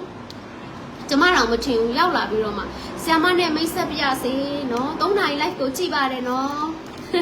်နော်ဆ iam မဒေါ်လီနဲ့မိတ်ဆက်ပြစေဆိုရောက်လာတာကိုတော်မှရှက်တယ်နော်အဲ့လိုဆိုတော့တကယ်ဆရာကြီးတွေလေဖျားသုံးနေတဲ့ဆရာကြီးတွေကလေဟမ်မဆောင်ဘူးနော်ကျမကိုတီးတဲ့အခါမှာအော်သူတို့တီးချောင်းပြောတယ်မိတ်ဆက်တယ်ဒါတွေကိုကျမပြန်ကြည့်လိုက်တဲ့အခါမှာကျမမှာဘာရှိလို့လဲဘာမရှိဘူးကျမဘာအာနာရှိလို့လဲဘာမရှိဘူးဘာယာဒူးမလို့လဲဘာမရှိဘူးဒါပေမဲ့ကျမမှာဘာရှိလဲဆိုတော့ခရစ်တော်ဖျားရှိတယ်ဟာလေလုယာအဲ့ဒီခရစ်တော်ကြောင့်လေညီကိုမောင်တို့မျက်နှာသာရတယ်နော်ခရစ်တော်ကြောင့်မလို့ကျမလေမျက်နှာသာရတယ်ကောင်းစားရတဲ့အခွင့်ရတယ်သူများနဲ့တန်းတူနော်နေထိုင်ခွင့်ရတယ်ကောင်းကြီးခံစားတဲ့သူဖြစ်တယ်မင်္ဂလာရှိသောသူဖြစ်တယ်နော်တခါအမှုတော်ဆောင်ဆရာကြီးတွေဆရာမကြီးတွေကကျမကိုမြင်တဲ့အခါမှာချစ်ချင်းမြတ်တာတွေပြကြတယ်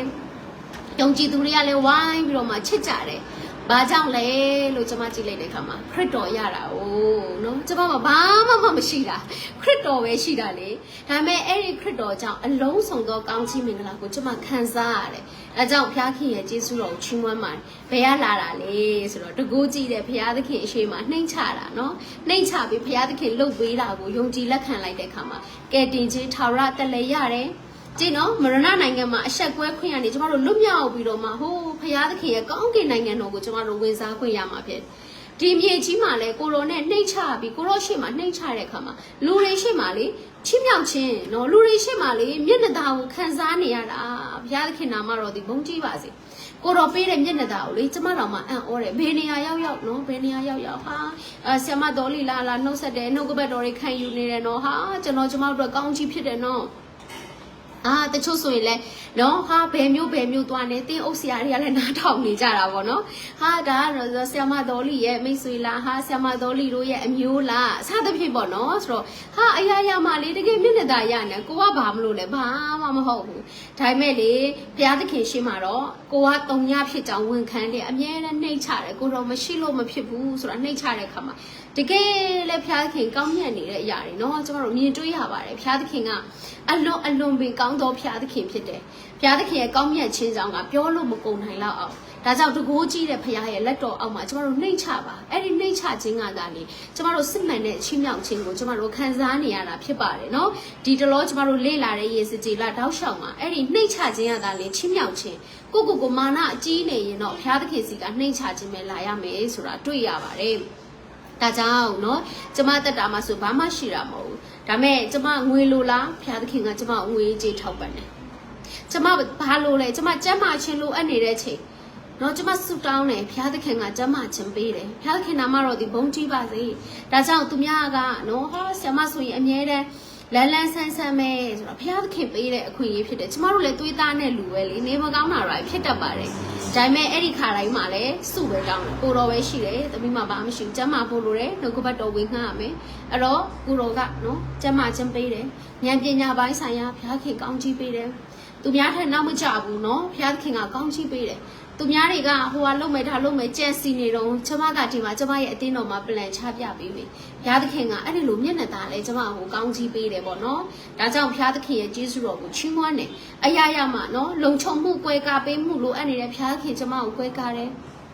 ဘုရားလာတာလေဆိုတော့တကိုးကြည့်တဲ့ဘုရားသခင်စီမှာနှိမ့်ချခြင်းကနေပဲလာနေတဲ့အရာတွေဖြစ်ပါတယ်လို့နော်ဒါကြောင့်ညီကိုမောင်နှမတွေလည်းထိုကဲ့သို့ဖြစ်မှာအမလေးတက်တေခံကြည့်ပါလားကျမထက်တောင်မှနော်ဟာအကောင်းဆုံးတက်တေခံချက်တွေထွက်လာမှာတချို့ဆိုတဘာဝလိုနမိတ်လက္ခဏာတွေအများကြီးပဲနော်အမတယောက်ဆိုတစ်ခေါက်တက်တေခံလို့လေတုတ်တာနိုင်ငံခြားနေမြန်မာပြည်ကိုပြန်တဲ့အခါမှာဖုန်းကိုပိတ်ဖို့ပေးသွားတယ်ဂိမ်းမှာပတ်စံဆက်အမယ်အရာတွေတက်အဲ့တော့ပတ်စံတွေအများကြီးဆက်ရမှာလေမဆက်နိုင်တော့ဘူးဒါနဲ့ဆူတောင်းပြီးတော့ပတ်စံထုတ်တဲ့ဆက်ထဲမှာခလုတ်နှိပ်လိုက်တာ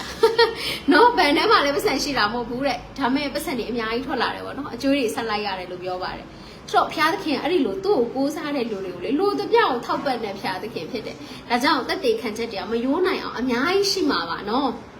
်ဒါကြောင့်ဒါတွေဟာသင်ဘာကြောင့်ဒီလိုကောင်းကြီးတွေခံစားရတာလဲဘုရားရဲ့အကွယ်ကားခြင်းတွေမဆာခြင်းတွေထောက်ပံ့ခြင်းတွေဘာလို့ခံစားရတာလဲဆိုတော့တင်တကိုးကြည့်တဲ့ဘုရားရဲ့လက်တော်အောက်မှာနှိမ့်ချလို့ဖြစ်ပါတယ်ဒါကြောင့်ကျမတို့အရောက်ချင်းစီတိုင်းနောင်လာမယ့်အနာဂတ်မှာတကိုးကြည့်တဲ့ဘုရားသခင်ရဲ့လက်တော်အောက်မှာနှိမ့်ချရအောင်ရှင်ဘရင်နေနဲ့ရှင်လိုက်လို့ရှိရင်ကျမတို့ဟာဘာမှမဟုတ်ပါဘူးเนาะအဲ့ဒီရှင်ဘရင်ကြီးတွေတောင်မှလေကြည့်ဘုရားသခင်ရှေ့မှာမနှိမ့်ချတော့ဘုရားသခင်တရားစီရင်ခြင်းသူတို့တောင်ခံရသေးတာပဲအဲကြောင့်ကျမတို့ခံစားရရှိနေတဲ့ကောင်းကြီးတွေကျမတို့ရဲ့အာနာတွေပညာတွေယာထူးတွေเนาะသူတို့နဲ့ရှင်ကျမတို့ဘာမှမဟုတ်ပါဘူးဒါကြောင့်ကျမတို့နှိမ့်ချရအောင်เนาะနှိမ့်ချခြင်းကသာလေစစ်မှန်တဲ့ချီးမြှောက်ခြင်းကောင်းကြီးမင်္ဂလာခံစားရမှာဖြစ်ပါတယ်ဆိုတဲ့အရာလေးကိုအားပေးကြပါတယ်ကျေးဇူးတင်ပါတယ်ဒါကြောင့်ကျမတို့အေကုတုတိုင်းပြည်နဲ့အတူเนาะဒီအပါဝင်ပေါ့เนาะဒီ9နိုင်ငံလိုမျိုးနှိမ့်ချခြင်းမခံစားရပဲချီးမြှောက်ခြင်းခံရဖို့ရန်အတွက်တကိုးကြည့်တဲ့ဘုရားသခင်လက်တော်အောက်မှာကျမတို့နှိမ့်ချရအောင်လို့အားပေးကြပါတယ်ကျေးဇူးတင်ပါတယ်အားလုံးပဲဘုရားသခင်ကောင်းချီးပေးပါစေဒါဆိုရင်ကျမတို့ခဏလေးဆုတောင်းမယ်เนาะဆုတောင်းရအောင်ဘုရားသခင်ထာဝရဘုရားကိုရောကျေးဇူးတင်တယ်ဒီနေ့နှုတ်ကပတ်တော်အတွက်ကျေးဇူးတင်ပါတယ်ဘုရားသခင်နှုတ်ကပတ်တော်မျိုးစိတ်ကိုဒီအိမ်ကနေကျဲပြီးဝင်ငှခွင့်ရပါတယ်ဒါကြောင့်ဒီအိမ်ပေါ်မှာလည်းဘုရားသခင်မင်္ဂလာရှိပါစေဒီနေ့မှာတော့တိတ်ဆိတ်ငြိမ်သက်စွာနဲ့အသက်ရှင်တဲ့ဘုရားရဲ့နှုတ်ကပတ်တော်ကိုဝင်ငှဆင်ခြင်ခွင့်ရပါတယ်ဘုရားခင်ကျေးဇူးတင်တယ်သမီးတို့ရှိတဲ့နေရာရောက်တဲ့နေရာကနေအသက်ရှင်တဲ့ဘုရားကိုမျက်မှောက်ပြုပြီးနှုတ်ကပတ်တော်များဆွေးနွေးဆင်ခြင်ခွင့်ရပါတယ်ကိုတော်ပေးသောအခွင့်အရေးဖြစ်တယ်ဘုရားခင်ကိုရရဲ့ကျေးဇူးတော်ကိုချီးမွမ်းပါတယ်online ကိုလည်းအသုံးပြုခွင့်ပေးနေတဲ့ဘုရားသခင်နာမတော်ဒီကဘာဆက်ဘုံကြီးပါစေဒီနေ့နှုတ်ကပတ်တော်ဆင်ခြင်ကြည့်လိုက်တဲ့အခါမှာအတိုင်းနိုင်ငံတွေရဲ့ရှင်ဘရင်တွေပင်လေဘုရားသခင်ကိုရရဲ့လက်အောက်မှာနှိမ့်ချခြင်းမရှိတဲ့အခါမှာကိုတော်တို့ကိုတရားစီရင်နေဆိုတာတွေ့ရပါတယ်ဒီနေ့သားသမီးတို့တွေတကိုးကြည့်တဲ့ဖျားကိုရောရဲ့လက်အောက်မှာသားသမီးတို့တွေနှိမ့်ချပါတယ်ကိုရောနဲ့ရှင်လိုက်တဲ့ခါမှာဘာမှမဟုတ်ပါဘူးသားသမီးတို့ဟာဖန်ဆင်းခံပါကိုရောကဖန်ဆင်းရှင်ဖျားပါသားသမီးတို့ကဘာမှမရှိတဲ့သူတွေပါဒါပေမဲ့လည်းကိုရောဖျားအလုံးစုံကိုကိုရောကသားသမီးတို့ထဲမှာထည့်ပေးခဲ့တာပါသားသမီးတို့ထဲမှာအရေးချင်းတွေထည့်ပေးခဲ့တာလဲကိုရောပါကောင်းကြီးခံစားတော်သူဖြစ်ခွင့်ပေးနေတာလဲကိုရောပဲသားသမီးတို့ကိုရှိတဲ့နေရာမှာကိုရောအသုံးပြုပေးနေတာလဲကိုရောပါပဲဒါကြောင့်အလုံးစုံသောအရာကကိုရောအထက်ကကိုရောဖို့လို့ငါပဲဖြစ်လာတာပါဒါကြောင့်နှုတ်ကပတ်တော်အားဖြင့်ပဲသားသမီးတို့သိရပါတယ်ကိုရောကိုကျေးဇူးတင်တယ်ဒါကြောင့်သားသမီးတို့ဟာဘာမှမဟုတ်ပါဘူးကိုရောသားမရှိရင်ဘာမှမဟုတ်ပါဘူးကိုရောကြောင့်ဘဝတိတ်ပဲရှိပြီးကိုရောကြောင့်ပဲတန်ဖိုးရှိတဲ့သူတွေဖြစ်နေရတာပါဒါကြောင့်ယေရှုဖျားကိုရောကိုတည့်ရကျေးဇူးတင်တယ်နောင်လာမယ့်နေ့ရက်ကာလတွေမှာတကိုးကြည့်တဲ့ဖျားခင်လက်တော်အောက်မှာဆက်လက်နှိမ့်ချနိုင်သောသူများဖြစ်ဖို့ကိုရောမဆာပါစာရမဏေရဲ့သွေးထိုးလိုက်တဲ့ငါဆိုတဲ့မာနတွေကိုရောဖယ်ရှားပေးပါတမန်တရားနဲ့သားသမီးတို့လမ်းလွဲနေရင်ကိုရောသားသမီးတို့ကိုတတိပေးပါအမြဲတမ်းတမန်တရားလမ်းထဲမှာသွေးဆောင်ပေးပါကိုရောအမြဲတမ်းစကားပြောပါကိုရောဒီနေ့နှုတ်ကပတ်တော်အတွက်လည်းကျေးဇူးတင်ပါတယ်သားသမီးတို့ဟာမစုံလင်တဲ့သူတွေဖြစ်လို့ပဲကိုရောအဖြစ်စုံလင်ပြီးကိုရောဘုံထင်ရှားဖို့ရန်အတွက်လောကီရေးရမှာမရေရတဲ့သူအားနည်းတဲ့သူတွေဖြစ်ပါတယ်ဒါပေမဲ့လည်းကိုရောဘုံထင်ရှားဖို့ကိုရောရွေးကောက်နေတာဖြစ်တယ်ဒါကြောင့်သားသမီးတို့ဟာညီကိုမောင်တို့မအချင်းချင်းမှလည်းမာနနဲ့မဟုတ်ဘဲနှိမ့်ချတဲ့နှလုံးသားရှိဖို့အသက်ရှင်တဲ့ဘုရားသခင်ရှိမှလည်းနှိမ့်ချဖို့ဒါမှပဲချီးမြှောက်ခြင်းခံစားမယ်ဆိုတဲ့အရာတွေတာ၍စင်စင်မိပါတယ်ကိုရောဘုံတော်ထင်ရှားပြီးကိုရောပေးတဲ့ချီးမြှောက်ခြင်းတွေလိုချင်ပါတယ်တာ၍နှိမ့်ချလဲဘုရားသခင်နိုင်ငံတော်မှာမတူညီတဲ့ပုံစံမတူညီတဲ့ခန္ဓာလေးတွေနဲ့သားသမီးတို့နှိမ့်ချလဲအဆက်လက်တစ္ဆာရှိစွာနဲ့ကိုရောရဲ့အမှုတော်မြတ်ထဲမှာအစေခံနိုင်မှာမဲ့အကြောင်းသမီးမစာ online တွေကကိုရောသားသမီးရောက်ချစ်စီတိုင်းကိုရောကောင်းချီးပေးပါဒီနေ့နှုတ်ကပတ်တော်အတွက်အလွန်ပင်ကျေးဇူးတင်တဲ့ယေရှုဖျားကျေးဇူးတော်ပေါင်းရေတွက်ချီးမွမ်းပြီးနှုတ်ကပတ်တော်အဆုံးသတ်တဲ့အခါမှာတပါးရိတာတော်သခင်ယေရှုနာမ၌ဆုတောင်းဆက်ကပ်လျက်နှုတ်ကပတ်တော်ဝေငှခြင်းကိုအဆုံးသတ်ပါတဲ့ဖဖျားသခင်အာမင်အာမင်ကျေးဇူးတင်ပါတယ်အားလုံးပဲဖျားသခင်ကောင်းချီးပေးပါစေနော် ဟုတ်ကဲ့ပါဆိုတော့အကျဉ်းညာဆရာကတော့ဒီနေ့တနင်္လာနေ့ပေါ့နော်တကယ်ဆိုရင်တော့ကျမတို့ကျန်းစာတင်တဲ့အစီအစဉ်ရှိပါတယ်ဒါပေမဲ့ချစ်ရတဲ့ညီကိုမောင်နှမတွေကိုဒီနေ့တရက်တော့ကျမတို့ဒီမှာအလုပ်ကိစ္စလေးတွေမပြတ်လို့ပေါ့နော်ဆိုတော့ကျမကိုဒီနေ့တညတော့ခွင့်လေးပေးစေချင်ပါတယ်လို့အားလုံးကိုခွင့်တိုင်ပါတယ်เนาะဟုတ်ကဲ့ပါကျေးဇူးတင်ပါတယ်ပြီးတော့ဆရာနွယ်ပြီးနဲ့အကျူဒီ live မှာရှိတဲ့အမှုတော်ဆောင်ဆရာဆရာမတွေလည်းအားဖြည့်ပါဝင်ပေးတာကျေးဇူးတင်ပါတယ်လို့ဖခင်အရန်အသုံးပြုနေတော့ဆရာကြီးဆရာမကြီးတွေဖြစ်ပါတယ်ဒါပေမဲ့နှိမ့်ချပြီးတော့မှလေเนาะကျမကိုမေတ္တာထားပြီးတော့အားဖြည့်ပါဝင်ပေးတာကျေးဇူးတင်ပါတယ်လို့အားလုံးပဲဖခင်သခင်ကောင်းချီးပေးပါစေဒါကြောင့် Zoom ကိုတော့ဒီနေ့တညလေးခွင့်ပေးပါเนาะနောက်တစ်ပတ်တနေ့လာမှာတော့ကျမတို့ကျန်းစာတင်ခြင်းပြန်ရှိပါတယ် Sunday အမီကျမမြေမျိုးကိုပြန်มาဖြစ်ပါတယ်เนาะโอเคပါကျေးဇူးတင်ပါတယ်ပြီးတော့ကျမတို့မနက်ဖြန်ဆိုရင်တော့ကျမရန်ကင်းကိုပြောင်းมาဖြစ်ပါတယ်အဲဆိုတော့အင်းစိန်နဲ့နီးသွားအောင်လေเนาะမနက်ဖြန်ဆိုရင်တော့ကျမတို့ပြောင်းมาပြီဟုတ်ကဲ့ပါအဲ့တော့ကျမတို့က18ရက်နေ့မှာတွေ့မဲ့အစီအစဉ်ရှိပါတယ်เนาะညီကိုမောင်နှမတွေရန်ကုန်မှာရှိတဲ့ညီကိုမောင်နှမတွေတယောက်စီလာမတွေ့နိုင်တဲ့အတွက်ကြောင့်ကျမတို့အားလုံးတနေရာမှာစုပြီးတော့တွေ့ပါမယ်18ရက်နေ့ကျမတို့ဗုဒ္ဓဟူးနေ့မှာเนาะကျမတို့အားလုံးပဲတွေ့ကြပါမယ်ကျမရန်ကင်းကိုပြောင်းပါပြီဆိုတော့ဒီဘက်ပိုင်းအစီအစဉ်တွေလည်းတော်တော်လေးပြီးသွားပြီပေါ့နော်ဆိုတော့မိသားစုနဲ့လည်းကျမတို့เนาะလှုပ်ဆောင်ရမယ့်အစီအစဉ်ကိစ္စလေးတွေလည်းတော်တော်လေးပြီးနေပြီဆိုတော့ရန်ကင်းဘက်ကိုပဲပြောင်းมาဖြစ်ပါတယ်လို့အင်းစိန်နဲ့နီးသွားအောင်လို့เนาะဟုတ်ကဲ့ပါလိပ်စာလေးပြောမယ်เนาะလိပ်စာလေးပြောပါမယ်ကျမတို့အားလုံးရန်ကင်းမှာစုံကြပါမယ်အမှတ်906เนาะအမှတ်906ကျန်းစာတင်ကျောင်းလမ်းအရှိချိုကုန်းအင်းစိန်မျိုးဖြစ်ပါတယ်ဟုတ်ကဲ့ပါခွင့်ပေးလို့ကျေးဇူးတင်ပါတယ်မထွေထွေရေအမှတ်906ကျန်းစာတင်ကျောင်းလမ်းအရှိချိုကုန်းအင်းစိန်မျိုးဖြစ်ပါတယ်ပြီးတော့ MICT ကျန်းစာကျောင်းလမ်းเนาะကျန်းစာကျောင်းလမ်းမှာဖြစ်ပါတယ်လို့အဲ့ဒီလမ်းထိပ်မှာဆိုရင်တော့ရွှေယုံလေးကျေးဦးဆိုင်လမ်းကြားလေးရွှေယုံလေးကျေးဦးဆိုင်ရှိပါတယ်အဲ့ဒီလမ်းကြားလေးမှာပေါ့နော်ဆိုတော့ဆရာဘုတ်တို့ရဲ့ worship center เนาะအဲ့ဒီမှာကျမတို့အသုံးပြုပြီးတော့ praise and worship နှုတ်ကပတ်တော်နဲ့ကျမတို့ခွန်အားယူပြီးတော့မှကျမတို့အချင်းချင်းပြီးတော့အစားတောက်လေးစားပြီးတော့မိတ္တဟာရလေးဖွဲ့မှာဖြစ်ပါတယ်เนาะဘုရားသခင်ကိုအားရပါရချီးမွမ်းကိုးကွယ်ကြမယ်ပြီးတော့နှုတ်ကပတ်တော်ကျမတို့ခံယူကြမယ်ပြီးရင်တော့ကျမတို့အစားတောက်လေးเนาะစားပြီးတော့ကျမတို့အချင်းချင်းเนาะမိတ္တဟာရဖွဲ့ကြမှာဖြစ်ပါတယ်ဟုတ်ကဲ့ပါကျေးဇူးတင်ပါတယ်အားလုံးဘုရားသခင်ကောင်းချီးပေးပါစေဟုတ်ကဲ့18ရက်နေ့မှာ3နာရီ live ကိုလွှင့်မယ်ဒါပေမဲ့ကျမကလေဒီဗုဒ္ဓဟူးနေ့ဆိုတော့ခွန်အားပေးတဲ့နှုတ်ကပတ်တော်ဟောရမှာလीเนาะဒါပေမဲ့ဘယ်လိုဖြစ်တယ်လဲဆိုတော့ကျမက18ရက်နေ့မှာဒီမှာညီကိုမလူမတွေနဲ့မိတ္တဟာရဖွဲ့ပြီးတဲ့အခါမှာ home set တစ်ခုမှာနှုတ်ကပတ်တော်ဝေငှရပါမယ်အဲ့တော့3နာရီအမိကိုကျမတို့ကဒေါပုံလို့ပြောတယ်เนาะဆိုတော့ဆ iam မအန်နာတို့အတင်းတော်အစီအစဉ်เนาะအဲ့ဒီခါကျတော့ home set ကလည်းဖြတ်လို့မရတော့ကျမတို့လည်းနှုတ်ကပတ်တော်ဝေငှစီခြင်းတဲ့အတွက်ကြောင့်ကျမတို့ကအင်းစိန်မှာ18ရက်နေ့အစီအစဉ်ပြီးတာနဲ့အဲ့ဒီအင်းစိန်ကနေဒေါပုံဘက်ကိုပြန်သွားရမယ်လို့ပြောပါတယ်ဆိုတော့3နာရီလို့တော့ပြောတယ်အတိစနိုင်မလားမစနိုင်မလားတော့မသိဘူးပေါ့နော်ဆိုတော့အဲ့ဒီဘက်ရဲ့အစီအစဉ်ကိုပဲကျမ live လွှင့်မယ်လေနော်ဆိုတော့ကျမတို့ရဲ့တာမန်သွားနေတဲ့အစီအစဉ်လေးကိုတော့ကျမတို့ရက်ပြီးတော့အဲ့ဒီ home set အစီအစဉ်ရဲ့နှုတ်ကပတ်တော်ကိုပဲ live လွှင့်ပါမယ်လို့အဲ့ဒီတရက်နေတော့နော်ပြီးတော့18ရက်နေ့ညီကိုမောင်တို့မတွေနဲ့တွေ့တဲ့အစီအစဉ်ကတော့ကျမတို့ live လွှင့်ပါပါ Facebook ကမရရင်တော့မှပဲကျမတို့ YouTube ကနေလွှင့်ပါမယ်လို့နော်ဟုတ်ကဲ့ပါကျေးဇူးတင်ပါတယ်အားလုံးဖျားသခင်ကောင်းချီးပေးပါစေတချို့လဲလိပ်စာလေးတွေအတိအကျဟလာမသိလို့เนาะကျမတို့မေးမြန်းချင်တယ်ဆိုရင်အန်တီ2တို့မခင်လေးမတို့ကိုဖုန်းဆက်ပြီးမေးလို့ရပါတယ်ကောင်းကြီးကတော့ပိတ်သွားပြီလို့ပြောတယ်เนาะ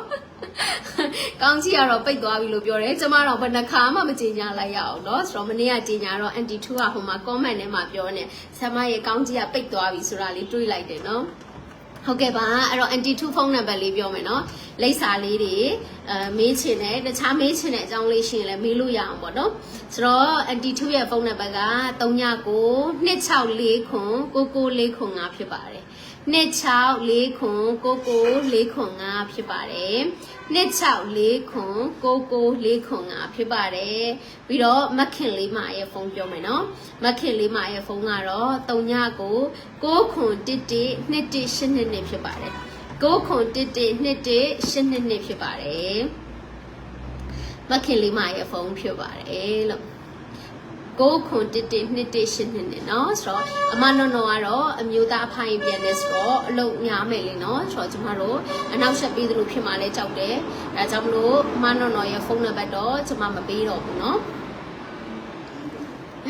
ဟုတ်ကဲ့ပါဆိုတော့ကောင်းကြီးရတော့တဲ့เนาะအစားတောက်တော့ပြည့်သွားပြီလို့ပြောတယ်ဘသူ့မှလည်းကျွန်မဖုန်းမဆက်နိုင်လိုက်ဘူးပေါ့เนาะဆိုတော့အားလုံးကပဲစီစဉ်ပေးနေကြတယ်ဒါကြောင့်မလို့ကျေးဇူးတင်ပါတယ်လို့နည်းနည်းဒီဘက်မှာအလုပ်တွေများသွားတာပေါ့เนาะမင်္ဂလာဆောင်ကိစ္စနဲ့အလုပ်တွေများသွားလို့ပါလို့ဘသူ့မှလည်းမဆက်သွယ်နိုင်လိုက်ဘူးအဲ့လိုဖြစ်သွားတယ်မနေ့ဖြန်မှစပြီးတော့အားမှာပေါ့ဟိုဘက်ကိုရွှေ့မှာဆိုတော့လေနော်ဒါကြောင့်အားလုံးကနားလဲပေးကြလို့လဲကျေးဇူးတင်ပါတယ်နော်အားလုံးပဲဖျားသခင်ကောင်းချီးပေးပါစေဟုတ်ကဲ့တေချာမှတ်ထားတယ်မွန်လေးကမလာနိုင်တော့မွန်လေးရဲ့အမေကိုလွတ်မယ်တဲ့ဟုတ်ကဲ့ပါကျေးဇူးတင်ပါတယ်အစားထိုးပေါ့နော်အရင်တော့မမဂရက်လည်းအဲ့လိုပဲမမဂရက်မလာနိုင်တော့မမဂရက်ရဲ့သမီးကိုလွတ်တာအစားထိုးပေါ့နော်โอเคပါကျေးဇူးတင်ပါတယ်ဒါဆိုရင်တော့မနေ့ဖြန်3နာရီမှာကျမတို့ပြန်တွေ့ပါမယ်เนาะကျေးဇူးအများကြီးတင်ပါတယ်အားလုံးပဲဖျားသခင်ကောင်းချီးပေးပါစေ18ရက်နေ့ကတော့ဗုဒ္ဓဟူးနေ့တစ်ပတ်ခါမှာကျမတို့အားလုံးပဲတွေ့ကြပါမယ်เนาะရင်ခုန်ပါတယ်အားလုံးနဲ့တွေ့ဖို့เนาะဒီတစ်ခါကျမနဲ့မတွေ့ဘူးသေးတဲ့လူတွေလည်းပါတယ်တွေ့ဘူးပြီးသားလူတွေလည်းတတိရတယ်လေเนาะကြာပြီမတွေ့ဖြစ်ဘူးဆိုတော့ကျမတို့တွေတွေ့ကြမယ်เนาะအားလုံးပဲဖျားသခင်တာ၍ကောင်းချီးပေးပါစေဒါဆိုကျမလိုင်းဆင်းလိုက်မယ်เนาะမနေ့ဖြန်3နာရီမှာပြန်တွေ့ပါမယ်အားလုံးဖျားသခင်ကောင်းချီးပေးပါစေဟုတ်ကဲ့ပါအားလုံးလာခဲ့ကြပါတဲ့ဟုတ်ကဲ့ပါကျမကိုလည်း Messenger မှာလည်းတော်တော်လေးအကြောင်းကြားပေးကြတယ်เนาะလာကြမယ်ဆိုတော့အရင်ပဲဝမ်းသာပါတယ်လို့ကျမတို့အားလုံးပဲတွေ့ကြရအောင်เนาะကျေးဇူးတင်ပါတယ်ရင်လဲခုန်ပါတယ်အားလုံးပဲဖျားသခင်ကောင်းချီးပေးပါစေဟုတ်ကဲ့ပါအခုတော့ကျမလိုင်းဆင်းလိုက်မယ်မနေ့ပြန်တွေ့ပါမယ်เนาะကျေးဇူးတင်ပါတယ်အားလုံးပဲဖျားသခင်ကောင်းချီးပေးပါစေ